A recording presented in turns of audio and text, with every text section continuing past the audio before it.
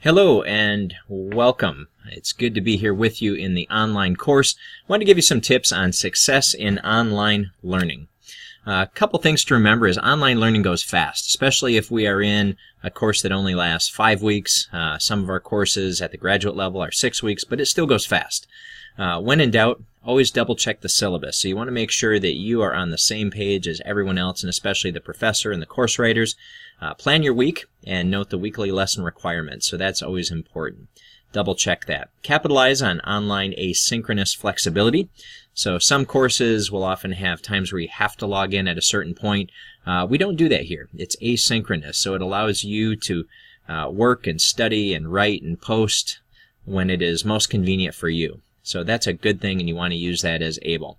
Also, contact your professor as needed. We're here to help, and part of our role is serving our students, so it's not at all a problem if you reach out to us via email. Sometimes we'll put our cell phone on there. Reach out when needed if you have questions. We're here to help. Top 10 best practices for distance learning. I thought this would be helpful just as a way to remind us of some of the things that can help us all be better learners. So count the time cost and plan ahead. So if I know I've got a paper or some discussion posts or things that are coming up, you want to budget that time and block it right out on your calendar, perhaps even put your phone on Do Not Disturb during that time. For some of us with kids, that might be early in the morning or late at night or mid-afternoon, but it's just making sure that you budget that time and have it available. Make a regular study schedule. So sometimes having that time just available where you mark it on your calendar can be helpful. Read class materials carefully. So know what's expected. For many, the devotional posts, when I look at the syllabus and I see that's worth perhaps 10 points, and I have a big discussion that's worth 45 or 50 points or 55, you want to triage your assignment so that you know what's expected and how many points are available for each assignment, and then devote the most time to those that are worth the most points. So papers and larger discussions, I would spend more time there.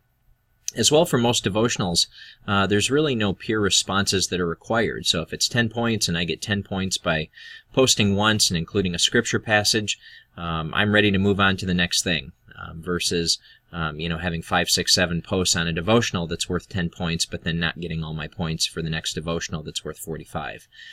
Be interactive. So you want to engage with your classmates, with your professor, in jumping in on discussions where appropriate. Impress your instructor by adding value to the course.